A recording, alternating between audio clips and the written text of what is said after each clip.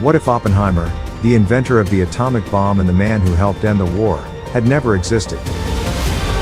Of course, in such a case, the course of history would have changed completely. According to experts, although many different scenarios emerge, two of them are seen as possible scenarios that could have been experienced. Here is the first scenario. 1. Another scientist would have invented the bomb. This would mean that another physicist would have replaced Oppenheimer as head of the Manhattan Project and continued the development of nuclear weapons. In this case, the dropping of the atomic bombs on Hiroshima and Nagasaki would probably still have taken place, but perhaps on different dates or at different targets. This, in turn, could have affected Japan's surrender.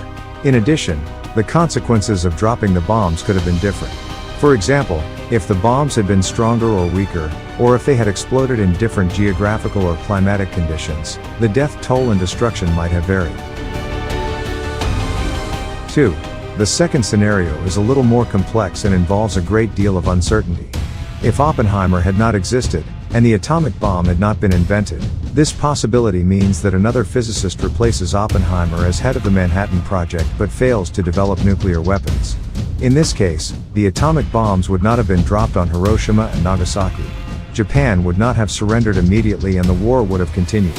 Although the war ended in Europe because Germany surrendered, European states could not continue the war against Japan because they were in a state of great devastation. The United States of America and Japan would have confronted each other. Therefore, the USA would have had to invade Japan by attacking it from sea and air. As a result of these attacks, there is a possibility that Japan would not surrender and would resist. This, of course, would have resulted in many more American soldiers dying than otherwise would have been the case. Another possibility was that Japan would develop or use its own nuclear weapons. Japan was also pursuing its own nuclear program but was far behind.